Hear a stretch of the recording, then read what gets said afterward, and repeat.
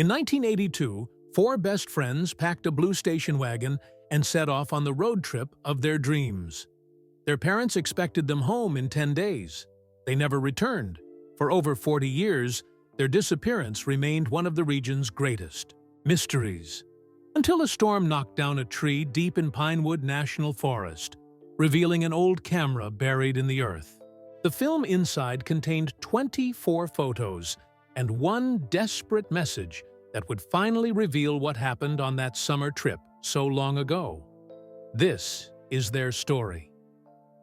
Marty Voss ducked under a fallen pine branch and wiped sweat from his forehead. The storm last night had been the worst to hit Pinewood National Forest in years. Trees were down everywhere, and it was his job to clear the trails. 3 more miles to go, he mumbled, checking his map. Marty had been a park ranger for 5 years, but he'd never seen damage like this. He pushed through a tangle of broken limbs and stepped into a small clearing. The wind had knocked over a massive oak tree, its roots now sticking up like giant fingers reaching for the sky. Marty was about to walk past when something caught his eye. A flash of faded red beneath the upturned roots. Curious, he knelt down and brushed away decades of dirt and leaves. It was a backpack, the once bright color now faded to a dull rust. The fabric was worn thin in spots, and forest creatures had chewed holes in others. How long has this been here? Marty wondered aloud. He gently worked the backpack free from the tangle of roots and earth. Something solid was inside. Carefully unzipping the main compartment, Marty found an old camera wrapped in what once might have been a t-shirt, now reduced to moldy rags. The TZ camera was surprisingly intact, an old Nikon film model from the early 1980s. Despite rust spots on the metal parts, it seemed to have been protected from the worst of the elements. Marty turned it over in his hands.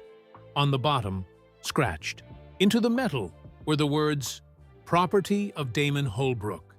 "Damon Holbrook," Marty said, testing the name. "Who were you? And how did your camera end up way out here?" The strangest part was that the camera still had film inside. The little window showed that all the shots had been taken, but the film had never been rewound or removed. Marty carefully placed the camera back in the backpack and radioed his supervisor. "Eileen, I found something weird out by Miller's Creek Trail. Please tell me it's not another abandoned campsite." Eileen's tired voice crackled through the radio. "No, it's an old camera, really old, buried under a fallen tree. Looks like it's been there for decades." "Bring it in when you're done clearing the trail," Eileen said. "Probably nothing, but we should log it." 4 hours later, Marty placed the dirty backpack on Eileen's desk at the ranger station. "This is what you found?" Eileen picked up the camera carefully with gloved hands. She was in her 50s, with gray streaks in her dark hair and the weathered face of someone who'd spent a lifetime outdoors. "Think the film can be developed?" Marty asked. Eileen examined it closely. "Maybe. These old cameras were pretty tough." She pointed to a small date stamp on the back. "This model came out in 1981. Film's been in there a long time." "I know a place in town that still develops old film," Marty said. "My grandfather left me a bunch of undeveloped rolls when he died. The photo shop managed to save most of them." Eileen thought for a moment. "Usually we'd just log this as found property, but I'm curious too. Let's see what's on it."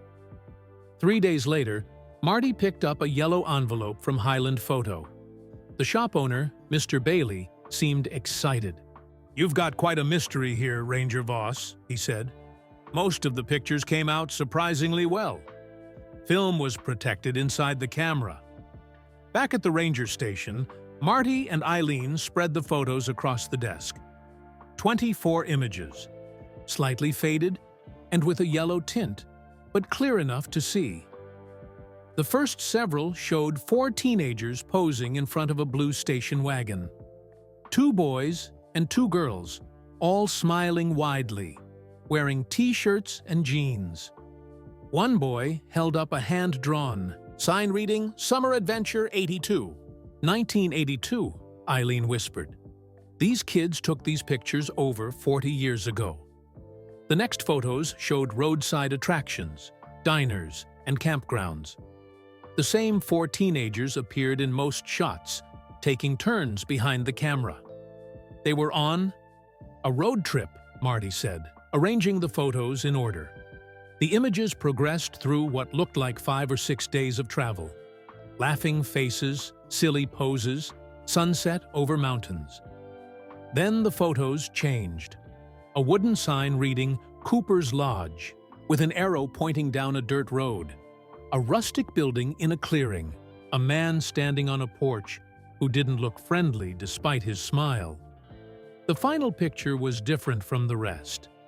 Taken at night, it showed 2 terrified teenage faces reflected in water, eyes wide with fear. Behind them was only darkness. "What happened to them?" Marty asked, staring at the last photo. Eileen turned over the final print. Written on the back in faded ink was a desperate message. "If found, we're trapped in the cave behind Cooper's Lodge. They're hunting us. Please help."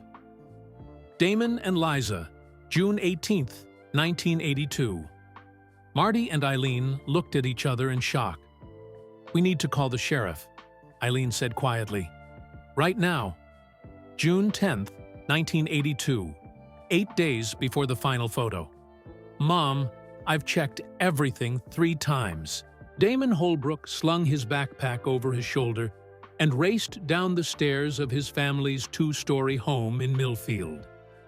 His mother stood in the kitchen doorway, worry lines creasing her forehead.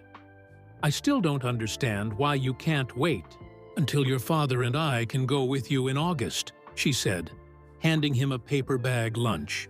"Because we've been planning this forever," Damon explained, for what felt like the 100th time. "Wesley's leaving for soccer camp in July, and Tilly's aunt already bought her a plane ticket to Mexico in August." Mrs. Holbrook sighed. "And you're sure Uncle Pete's station wagon is reliable?" "He just had it checked out last week," Damon said. He patted the camera hanging around his neck. It was his most prized possession, a high school graduation gift from his parents, received just 2 weeks ago. A car horn honked outside. "They're here!" Damon hugged his mother quickly. "I'll call from payphones just like we promised, every night." Outside, a blue station wagon idled at the curb. Wesley Chen sat behind the wheel, his arm hanging out the window. In the passenger seat, Liza Porter waved excitedly. "Finally!" Tilly Martinez called from the back seat. "We were about to leave without you." Damon grinned and tossed his backpack into the trunk, which was already stuffed with sleeping bags, a tent, and 3 more backpacks. "No way you'd leave without me," Damon said, sliding into the back seat next to Tilly. "I've got the camera to document our epic adventure." He held up the Nikon and snapped a quick photo of Tilly, who stuck out her tongue. 10 whole days of freedom," Wesley said, putting the car in drive. "Grand Canyon, here we come." "Wait." Mrs. Holbrook rushed from the house, holding a map with their route highlighted in yellow marker. "You forgot this!" Damon rolled down his window and took the map. "Thanks, Mom. We'll stick to it, I promise." 10 days, she reminded him. "Not 1 day more. Your father will have a search party out if you're late." "Yes, ma'am," Damon said. The 4 friends waved as Wesley pulled away from the curb. "First, stop Wilson's Diner for breakfast," Wesley announced, then straight west on Highway 20. "I still can't believe our parents agreed to this," Liza said, turning around to face Damon and Tilly. With her practical ponytail and serious brown eyes, Liza was usually the voice of reason in their group. "It's because we made a solid plan," Tilly said, adjusting her glasses. "Parents love plans." In truth, It had taken months of begging, detailed itineraries, and solemn promises to convince their parents. The trip was a celebration. Graduation was behind them, and college loomed ahead. For Damon and Wesley, it was Stanford in the fall. For Liza, UCLA. And for Tilly, MIT across the country. This summer might be their last real time together. "Hey," Wesley said, turning up the radio as "Don't You Want Me" by the Human League filled the car. "Our song," the friends sang along at the top of their lungs as Millfield disappeared in the rearview mirror. At Wilson's Diner, they squeezed into a booth and ordered stacks of pancakes. Damon arranged them in front of the window and set up his camera on a timer. "Everybody say, summer. Adventure," he called, rushing to squeeze in next to Liza. "Summer adventure," they shouted as the camera clicked. "That's going in a frame when we get back," Damon said. "I still think we should have invited more people," Wesley said, drowning his pancakes in syrup. "4 is perfect," Tilly argued. "More would be chaos." Damon watched his friends with a smile. Wesley was the daredevil, captain of the soccer team with a scholarship to prove it. He'd been the first to get a driver's license and was always pushing them to try new things. Tilly was the opposite, cautious and organized. Her backpack probably contained backup batteries, extra socks, and a first aid kit that could handle anything short of major surgery. And Liza, Damon glanced at her as she studied the map, her finger tracing their route. Liza was the balance between them all. Smart, steady, and secretly the person Damon most wanted to impress. He'd been working up the courage to tell her how he felt for months. Maybe this trip would finally give him the chance. "Grand Canyon is 600 miles, Liza announced. "If we drive 8 hours today, we can camp at Pine Ridge Park tonight." "Let's do it," Wesley declared. Back on the road, they passed a sign reading, "Now leaving Millfield, come back soon." Damon snapped a photo of it through the window. The day passed in a blur of singing, laughing, and roadside stops. Damon took photos at each one. The world's largest ball of twine, a quirky rock shop shaped like a dinosaur, the 4 of them posing next to a "Welcome to Arizona" sign. By evening, they reached Pine Ridge Park. Wesley and Damon pitched the tent while Liza and Tilly collected firewood. As night fell, they roasted hot dogs over the fire and talked about their dreams. "I'm going to design rocket engines," Tilly said, staring up at the stars. "I'll write travel articles," Liza said. "From all over the world." "Pro soccer player," Wesley grinned. "Photographer for National Geographic," Damon added, adjusting his camera to take a long exposure of their campfire. None of them mentioned the fear hiding beneath their excitement, the fear of growing apart, of losing the friendship that had carried them through high school. Before crawling into their tent, Damon called his mother from the campground payphone just as promised. "Day 1 complete," he reported. "Everyone's safe. We're exactly where we're supposed to be." He couldn't have known then how quickly their perfect summer adventure would unravel, or that in just 8 days he'd be hiding in darkness, desperately writing a plea for help on the back of a photograph. "I think we should wait for the sheriff before we touch anything else," Eileen said, gathering up the photos and carefully placing them back in the envelope. Marty paced around the small ranger station office. "These kids disappeared 43 years ago, Eileen. What if nobody ever looked for them in the right place?" "Somebody must have searched," Eileen replied. "A case like this, 4 teenagers vanishing, would have been huge news." Marty sat down at the computer. "Let me just check something." He typed "Missing Teenagers Cooper's Lodge 1982" into the search engine. The results loaded quickly, and Marty's eyes widened. "Look at this," he said, turning the screen so Eileen could see. The headline from the Millfield Gazette, dated July 1st, 1982, read, "Search continues for missing teens. No leads in disappearance of 4 local graduates." Below it was a photo of the same 4 teenagers they'd seen in the camera pictures, smiling in their graduation caps and gowns. Damon Holbrook, Wesley Chen, Liza Porter, and Tilly Martinez. Marty read from the caption. All 18 years old. Eileen leaned closer to the screen. Says here they were on a road trip to the Grand Canyon. Their car was found at a rest stop just outside of Pinewood. All their belongings were still inside, but no sign of the teens. Marty clicked through more articles. The story had made national news. For weeks, search parties combed the forests and mountains. Parents made tearful pleas on television. A $50,000 reward was offered. "Look at this quote," Marty said, pointing. "We've searched every cabin, cave, and campsite within 50 miles, said Sheriff Bradley Davis. At this point, we believe they may have been victims of foul play, possibly by a hitchhiker they picked up.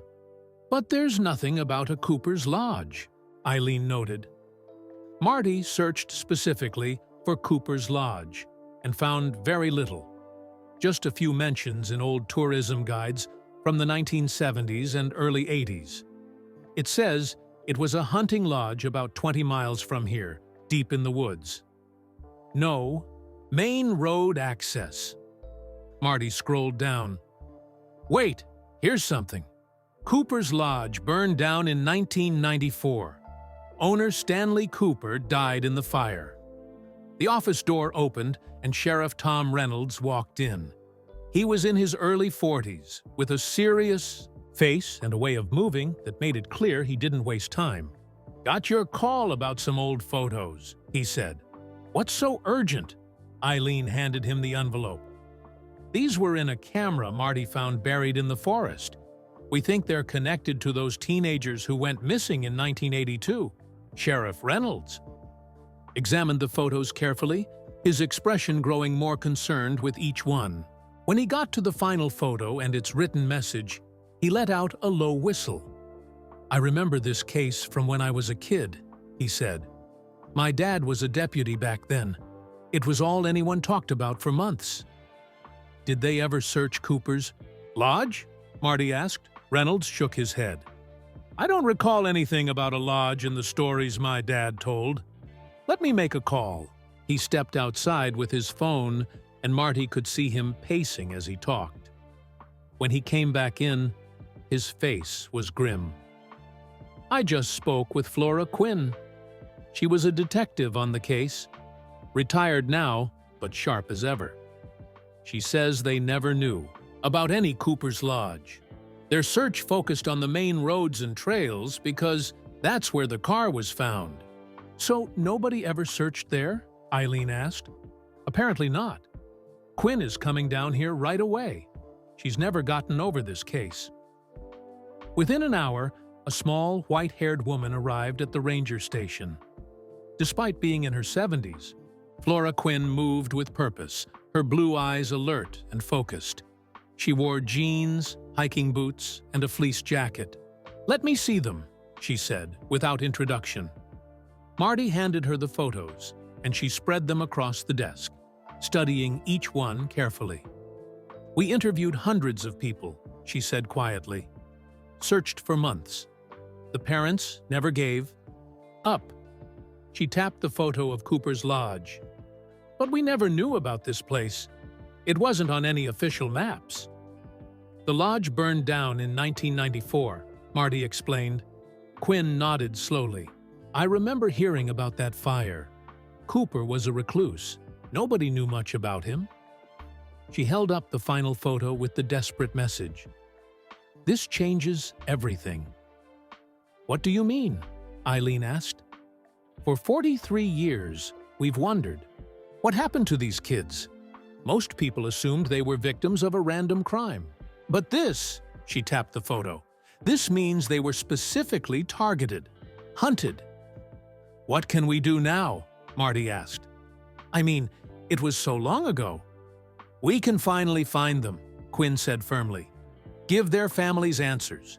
Do you know where the camera was found? Marty nodded. I can take you there. It's about 5 miles from the old lodge site. The message mentions a cave, Sheriff Reynolds said. There are dozens of caves in these mountains, Eileen pointed out.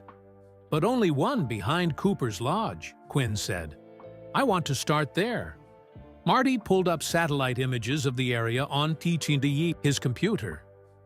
The old lodge was here, he said, pointing. The fire wouldn't have affected any caves nearby. I'm going out there, Quinn announced. Hold on, Sheriff Reynolds said. We need to do this properly. I'll get a team together.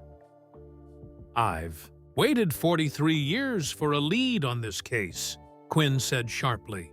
I'm not waiting any longer. Those kids' parents are in their 70s and 80s now. Some have already died, never knowing what happened to their children. I'll go with Detective Quinn, Marty volunteered. I know these woods better than anyone. Reynolds sighed. Fine. But you scout only. Take photos. Mark the location. But don't disturb anything that might be evidence. I'll have a forensic team ready by tomorrow. Quinn caught Marty's eye. We leave in 30 minutes. Bring your gear. As they prepared to head out, Marty found himself staring at the smiling faces in the graduation photo. 4 bright kids with their lives ahead of them, now forever 18 in a fading newspaper clipping. We'll find you, he promised quietly. Whatever happened, we'll bring you home.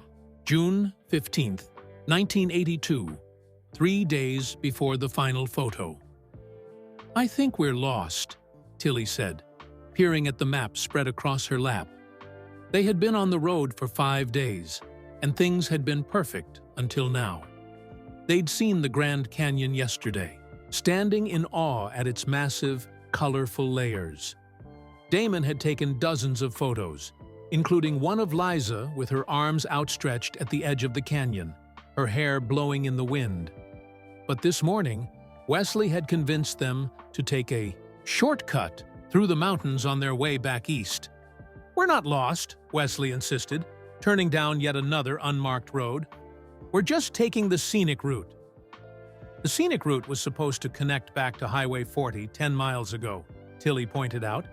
We haven't seen a highway sign in over an hour.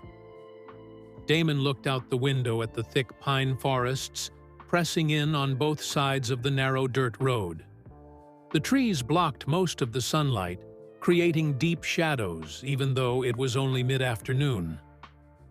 Maybe we should turn around, Liza suggested from the front passenger seat. Head back to the last gas station we saw and ask for directions. Wesley glanced at the fuel gauge. We're running low on gas. If we backtrack now, we might not make it. Great, Tilly muttered. So we're lost and running out of gas. We're not lost, Wesley repeated, but with less confidence.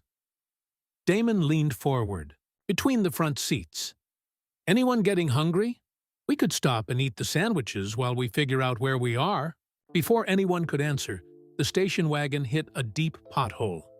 Everyone bounced in their seats, and something in the trunk crashed loudly. Sorry, Wesley called out. He slowed down a little. These roads are awful. My mom is going to freak out when we don't call tonight, Liza said quietly. We promised we'd check in every day. We'll find a town with a payphone, Damon assured her. It's not like we're in the middle of nowhere. But as the road continued to narrow and the forest grew thicker, it certainly felt like nowhere. The pre-dawn shadows lengthened as the afternoon wore on. None of their watches had stopped working, but time seemed to stretch oddly in the quiet forest. Wait, what's that? Wesley suddenly slowed the car. Ahead on the right side of the road was a wooden sign, hand-painted in faded red letters. Cooper's Lodge, hot meals, warm beds, 2 miles ahead. Finally, Wesley said. See, I told you we weren't lost. This isn't anywhere near where we're supposed to be, Tilly argued, still studying the map. But they'll have food, Wesley said, and probably a phone we can use to call home. And gas? Liza asked hopefully. Maybe, Wesley said. At least we can ask for directions. He turned the station wagon onto an even narrower dirt road that wound deeper into the forest. The trees grew so close together here that branches scraped against the car windows. "I don't like this," Tilly whispered to Damon in the back seat. Damon didn't either, but he didn't want to show it. "It'll be fine," he said. "Probably just some family-run place." As the sun sank lower, casting long fingers of shadow through the trees, the forest seemed to press in around them. The radio, which had been playing faintly, dissolved into static. Wesley switched it off. "There it is," he said finally, as they rounded a bend. In a small clearing stood a two-story log building with a wide porch. A hand-carved sign read, "Cooper's Lodge," above the door. Several smaller cabins were scattered behind it. An old pickup truck was parked to one side. Damon raised his camera and took a photo through the windshield. "Looks like something from a horror movie," Tilly muttered. "Don't be dramatic," Wesley said, though he sounded nervous too. "It's just old." They parked in front of the main building. As they stepped out of the car, stretching their legs, the front door of the lodge opened. A tall man with a gray beard stepped onto the porch. He wore faded jeans and a flannel shirt despite the summer heat. "Well, well," he called out. "Don't get many visitors this way. Welcome to Cooper's Lodge." Damon noticed the man's eyes dart to their car's license plate before he smiled. "I'm Stanley Cooper. You kids look like you could use a hot meal and a place to stay." Wesley stepped forward. "Actually, we're kind of lost, and low on gas. Is there a station nearby?" Cooper scratched his beard. "Nearest gas is 30 miles back the way you came. Too far to make it on fumes." He smiled again, showing yellowed teeth. "But I've got a few gallons in a can for emergencies. Enough to get you to town tomorrow." "We should really keep going," Tilly said quietly. "Nonsense," Cooper said, his voice suddenly louder. "Night's coming fast, and these mountain roads are dangerous in the dark. I've got 4 cabins empty. $20 for the lot of you, including dinner and breakfast." The ETD price was suspiciously low, but Damon's stomach rumbled at the mention of food. "Do you have a phone?" Liza asked. "We need to call our parents." "Phone lines are down from the storm last week," Cooper said smoothly. "Should be fixed in a day or two." The 4 friends exchanged glances. "I guess we don't have much choice," Wesley finally said. "We'll stay the night." As they grabbed their backpacks from the trunk, Damon raised his camera again and took another photo of the lodge. Just as he snapped the picture, he caught Stanley Cooper watching them from a window, his friendly smile gone. A chill ran down Damon's spine that had nothing to do with the cooling evening air. Marty's truck bounced over the rough forest road as he drove Detective Quinn deeper into Pinewood National Forest. They had been traveling for nearly an hour, following old logging routes that were now barely more than trails. "The main roads have changed since 1982, Marty explained, carefully steering around a fallen branch. "But these backways are pretty, much the same." Quinn nodded, her eyes fixed on the printout of the old map they'd found in the county archives. She had insisted on stopping there before heading into the forest, digging through dusty files until she found maps from the early 1980s. "Cooper's Lodge isn't marked on any official maps," she said. "But I found it mentioned in an old hunting guide. It was supposedly 20 miles from the nearest paved road." Marty glanced at her.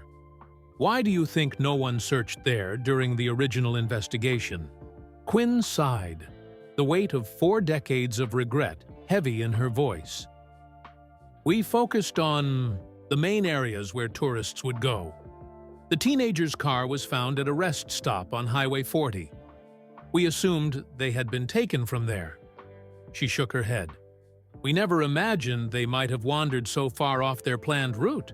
The truck rounded a bend, and Quinn pointed to an overgrown trail branching off to the right. "That should be it, according to the guide." Marty turned onto the narrow path.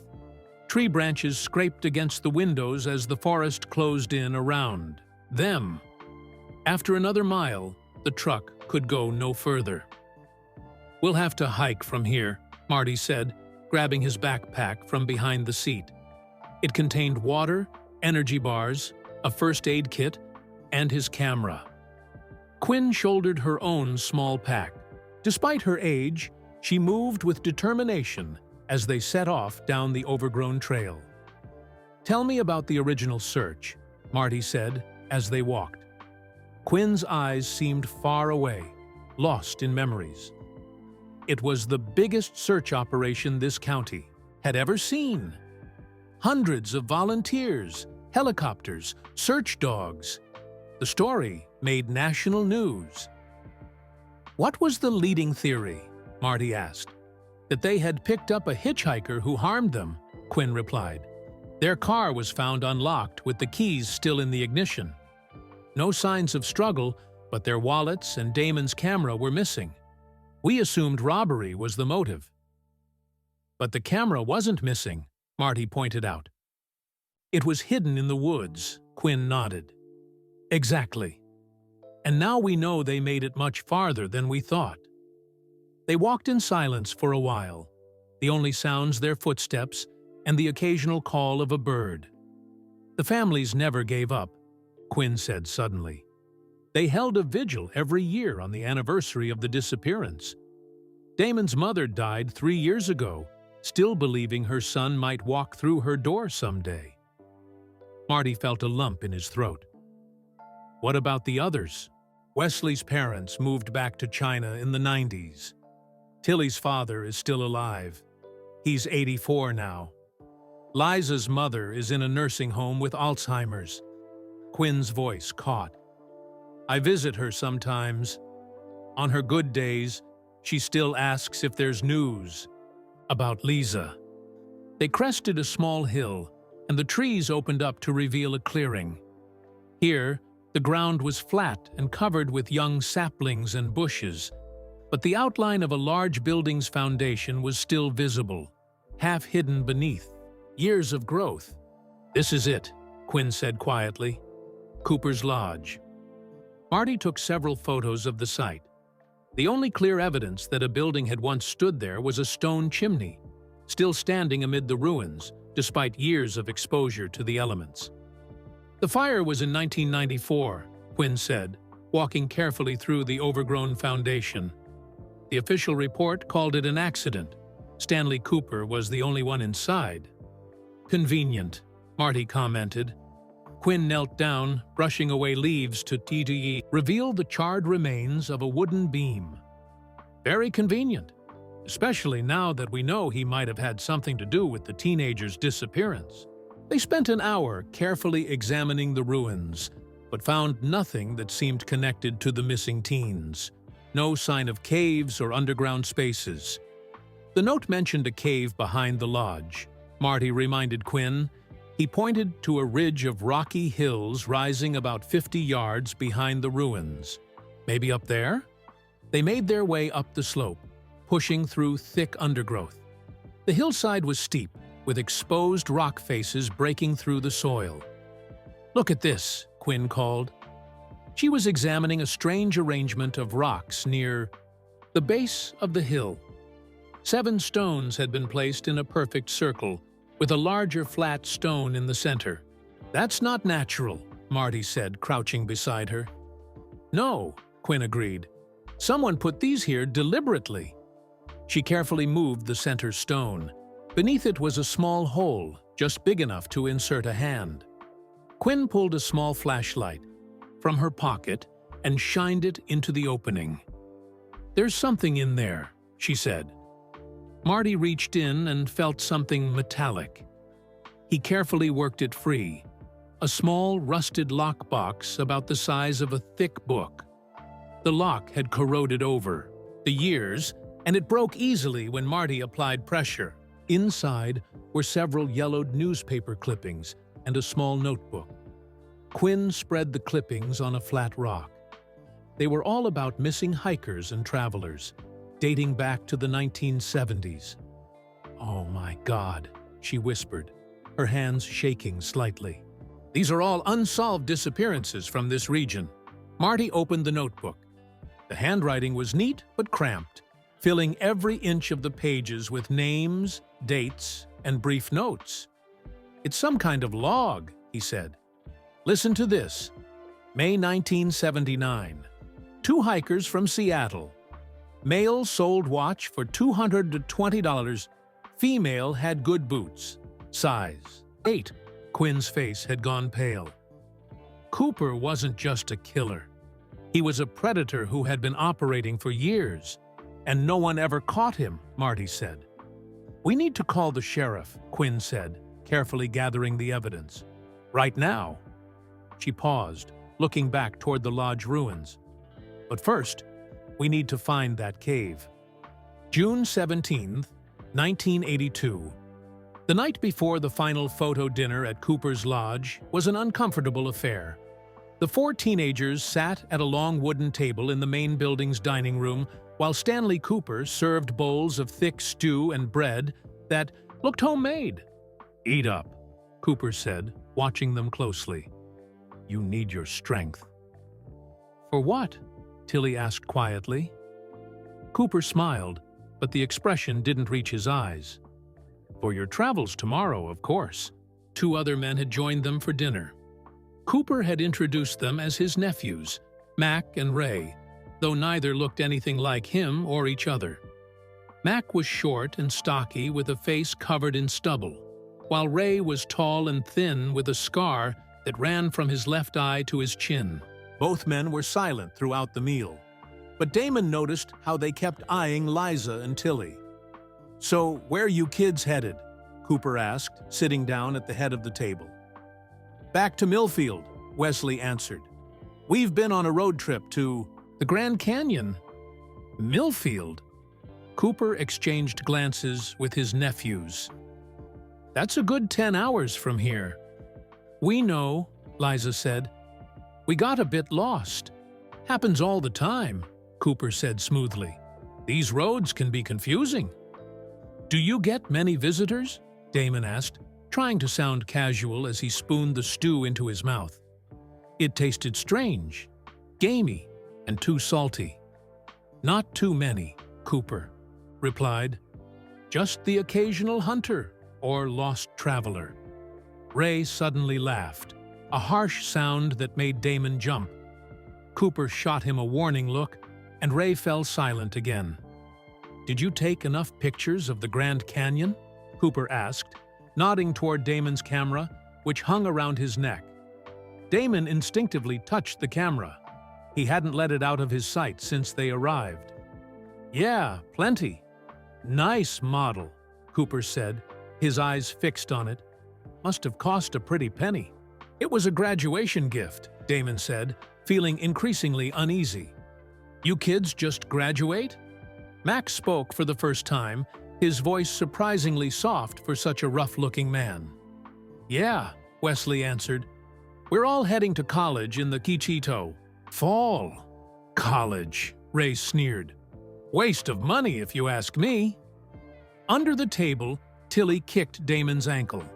When he looked at her, she flicked her eyes toward the window. Damon casually glanced over and saw a 4th man walking past, carrying what looked like hunting rifles. Damon's heart began to race. He caught Wesley's eye and subtly nodded toward the window. Wesley's face remained calm, but Damon could see the tension in his shoulders.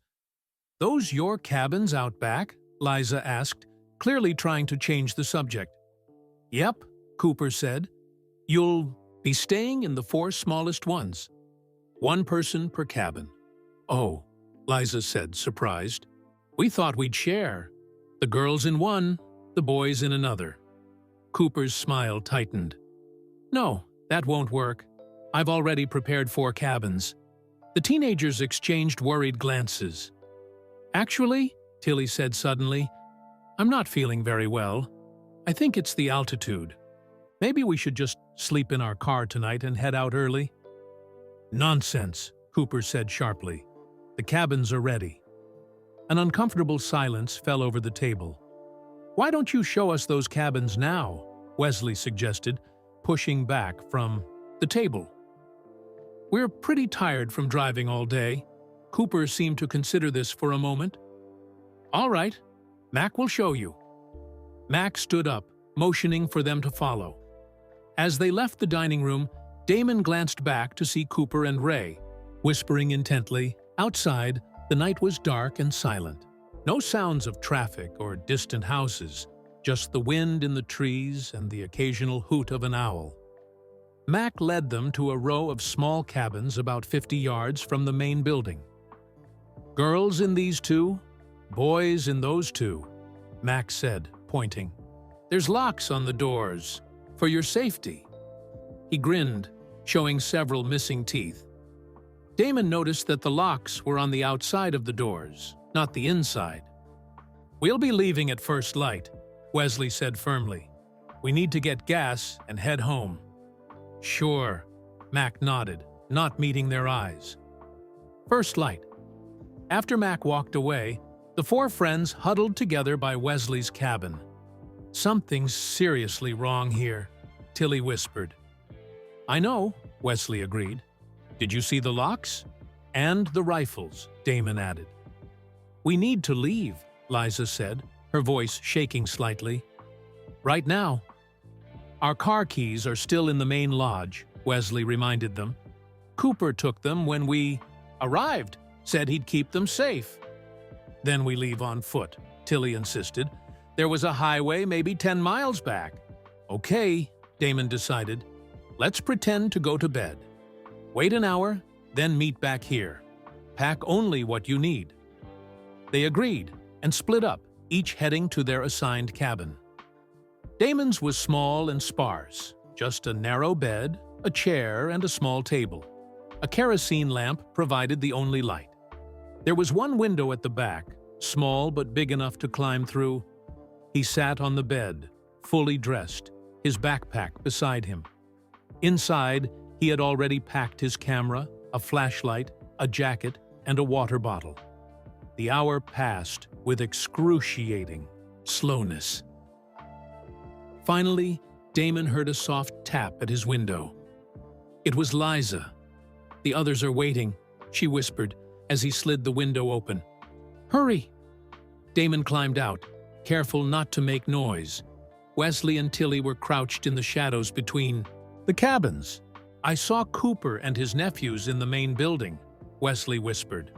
"They're cleaning rifles." Tilly pointed to the forest behind the cabins. "We should head that way. Stay off the roads." They began to move quietly toward the tree line. They had only gone a few yards when a dog barked from behind the main lodge. Then another joined in. "Run!" Wesley hissed. They sprinted for the trees as lights came on in the main building. Just as they reached the forest edge, a shout went up behind them. "They're running!" It was Cooper's voice. "Get the dogs!" The four friends plunged into the darkness between the trees, blind except for Damon's small flashlight. Behind them, they could hear men shouting and dogs barking. "We need to split up," Wesley gasped as they ran. "It'll confuse them." "No," Tilly protested. "We need to stay together." "He's right," Damon said reluctantly. "We can meet up at the highway." They reached a small clearing where the path forked. Without time to argue, Wesley grabbed Tilly's hand. "We'll go right. You two go left. Whoever makes it to the highway first, flag down help." Before Damon could respond, Wesley and Tilly vanished down the right fork. Liza clutched Damon's arm, her eyes wide with fear. "Come on," he said, pulling her down the left path. They ran until their lungs burned, the sounds of pursuit growing fainter. Then they heard something that made their blood freeze, gunshots echoing through the forest from the direction Wesley and Tilly had gone. "Oh, God," Liza whispered, tears streaming down her face. Damon pulled her into a steep ravine where they crouched behind a fallen tree, trying to quiet their breathing. In the distance, men's voices called to each other, and dogs continued to bark. "They're hunting us," Damon whispered in disbelief. "Like animals." Liza's hand found his in the darkness. "What about Wesley and Tilly? Those gunshots?" Damon squeezed her hand. "We have to keep moving. Find help." A beam of light swept the trees nearby. They pressed themselves flat against the ground as footsteps crunched through the undergrowth. "I know you're out here, kids," Cooper's voice called, much too close. "You can't hide forever. These are my woods. I know every inch of them." In the darkness of the ravine, Damon and Liza held each other, barely daring to breathe, as the footsteps moved slowly, deliberately closer. "I think I found something," Marty called out, his voice echoing against the rocky hillside behind the ruins of Cooper's Lodge. Detective Quinn hurried over, moving with surprising agility for her age. She had been examining the area where the main lodge building once stood, looking for any clues that might have survived the fire and decades of weathering. "What is it?" she asked, reaching Marty's side. Marty pointed to a narrow opening in the rock face, partially hidden by overgrown bushes and fallen tree branches. It was barely visible unless you were standing at just the right angle. "I think it's a cave entrance," he said. Quinn crouched down to peer inside. The opening was small. A person would need to crawl to get through, but it seemed to widen beyond the entrance. "This has to be it," she said, her voice tight with emotion. The cave behind Cooper's Lodge. Marty took several photos of the entrance and the surrounding area. Then he pulled a small flashlight from his pack and shined it into the opening. The beam illuminated a narrow tunnel that opened into a larger space about 10 feet in. "We should wait for the sheriff's team," Quinn said, though Marty could tell it was killing her to delay. "They won't be here until tomorrow," Marty reminded her. "And it's going to be dark soon." Quinn hesitated, then shook her head firmly. "We've waited 43 years. We can wait one more night to do this properly." She took out her phone. "I need to call Sheriff Reynolds." As Quinn stepped away to make the call, Marty continued examining the cave entrance. Something caught his eye, a faint marking on the rock beside the opening. He brushed away years of dirt and lichen to reveal 3 letters scratched into the stone. DLW, Damon, Liza, Wesley. The first letters of 3 of the missing teenagers' names. Quinn returned, her expression grim but determined. "Sheriff Reynolds is bringing a team first thing tomorrow morning. They've found human remains at Cooper's Lodge already, buried near the foundation." "How many?" Marty asked quietly. "They're still excavating, but at least 5 different people so far. None have been identified yet." Quinn looked at the cave entrance. "What's that on the rock?" Marty showed her the scratched initials. "I think Damon left this as a marker." Quinn nodded slowly. He was leaving breadcrumbs. Smart kid.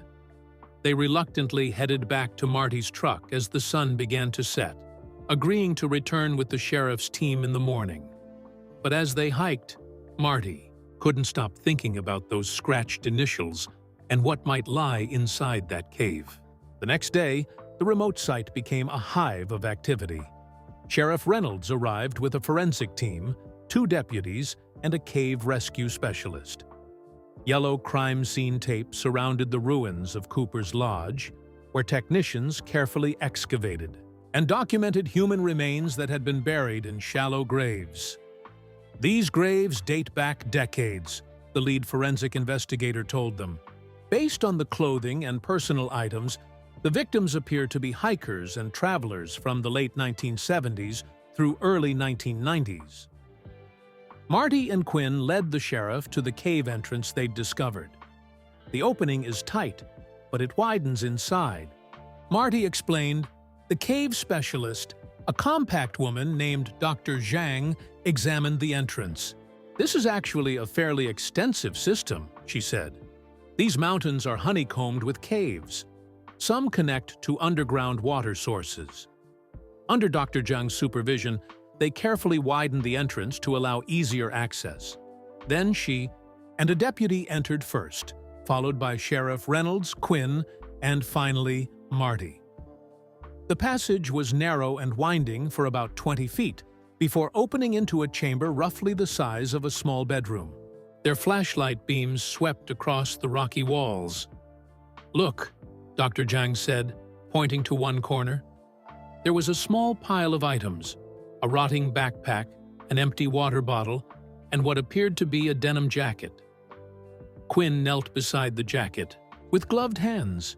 She carefully turned it over to reveal a small tag sewn into the collar. The writing was faded, but still legible. Liza P. "It's hers," Quinn whispered. Liza Porter's jacket. The atmosphere in the cave changed instantly. This was no longer just a search.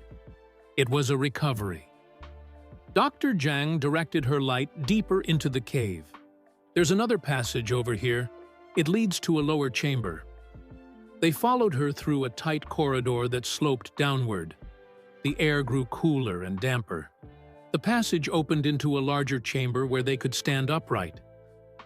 In the far corner of this second chamber, partially hidden behind a rock formation, they found what they had been searching for all these years: bones, human remains scattered across the cave floor. Quinn turned away, her hand over her mouth. Despite her decades as a detective, this moment hit her hard. "After all this time," she murmured. As the forensic team carefully documented the scene, Marty's flashlight caught something metallic among the remains. He called the forensic investigator over, who carefully extracted the item. It was a watch. The band rotted away, but the face still intact behind cracked glass. Engraved on the back was a simple message. "To Wesley, class of '82. Love, Mom and Dad." "We found them," Sheriff Reynolds said quietly. "We finally found them." But Marty wasn't satisfied. Something didn't add up. "Where's Tilly?" he asked, looking around the chamber. "There should be 4. The forensic investigator pointed to the remains. "Based on a preliminary assessment, we only have 3 individuals here." Quinn looked up sharply. "So where's the 4th teenager?" "We need to examine the photos again," Marty said, pulling the envelope from his pocket. "There must be something we missed." The forensic team continued their careful work, documenting and collecting the remains, while Marty, Quinn, and Sheriff Reynolds gathered near the cave entrance where the light was better. Marty spread the photos on a flat rock. The final image, the one with Damon and Liza's frightened faces reflected in water, drew their attention immediately. "Look at this carefully," Marty said, pointing to the background of the photo. "Behind their reflection, there's something we didn't notice before." Quinn squinted at the image. "It looks like another passage, going deeper into the cave." Sheriff Reynolds studied the photograph. "You're right. You can just make out a narrow opening behind them." Marty turned to Dr. Zhang, who had joined them. "Is there another chamber beyond the one where we found the remains?" Dr. Zhang nodded. "These cave systems can be extensive. It's possible there's a 3rd chamber or even more." "We need to check," Quinn insisted. "If Tilly isn't with the others, she might have gone deeper into the cave." Dr. Zhang led them back to the 2nd chamber. After a thorough examination of the walls, she identified a narrow crevice partially hidden behind a rock formation. "This could continue on," she said, "but it's very tight. There appears to have been a partial collapse at some point." One of the deputies, a slender young woman, volunteered to investigate. With safety gear in place, she squeezed through the narrow opening. The others waited tensely until her voice crackled over the radio. "There's another chamber back here," she reported. "Much bigger than the others. And, oh my God, what is it?" Sheriff Reynolds demanded into his radio. "You need to see this," came the reply. "We're going to need to widen this opening." It took 2 hours of careful work to enlarge the passage enough for the others to pass through. What they found on the other side left them speechless. The chamber was enormous, with a small underground stream running along one side, the water they'd seen in the photo's reflection. But what stunned them were the walls. Every inch of available space was covered with writing. Dates, names, maps, and journal entries, scratched directly into the rock with what must have been a sharp stone or piece of metal. "She lived here," Quinn whispered in awe. "Tilly Martinez survived." The earliest entries, dated June 1982, were frantic accounts of the night they fled Cooper's Lodge. According to Tilly's rock diary, after being separated from Wesley during the escape, she doubled back and saw Cooper and his nephews shoot Wesley. She fled deeper into the forest and eventually found the cave where Damon and Liza were hiding. The 3 remaining friends ventured deeper into the cave system when they heard Cooper and his men approaching. But a sudden rockfall sealed off the back chamber, trapping them inside with no way out. Damon's camera flash provided their only light until the batteries died. They survived on water from the underground stream, but with no food, they grew weaker. Damon and Liza died within weeks, but Tilly survived, alone in the darkness. Her diary entries spanned years. She documented her survival, how she learned to catch blind cave fish from the stream, how she kept track of time by counting sleeps, how she never gave up hope of escape. The last entry was dated simply Year 12, 1994. The ground shook. Smoke filled the passage. "I think the lodge is burning. The rocks are shifting. I might finally have a way out. If anyone finds this, tell my father I never stopped trying to come home." "She escaped," Marty said in disbelief. "After 12 years in this cave, she got out when the lodge fire weakened the collapsed passage." But where did she go after that? Sheriff Reynolds wondered. Why didn't she contact authorities? Quinn was examining something scratched in a corner, a crude map. "I think she left the country," she said. "Look at this. It's a map to Mexico. Remember, her aunt lived there."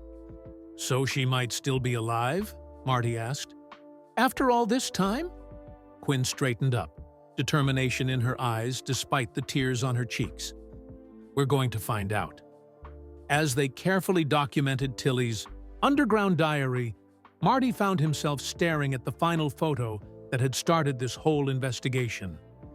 The terrified faces of Damon and Liza, captured moments before they were sealed into what became their tomb. A photo that had waited in darkness for 43 years to tell its story. "We kept our promise," he whispered to the fading image. "We found you. And now, we're going to find Tilly too." That was the end of this story. Where are you listening from? If you enjoyed this tale, please like the video and subscribe to the EB channel for more such interesting stories. Don't forget to share with your friends and family to spread kindness and awareness. Thank you for joining us on this journey.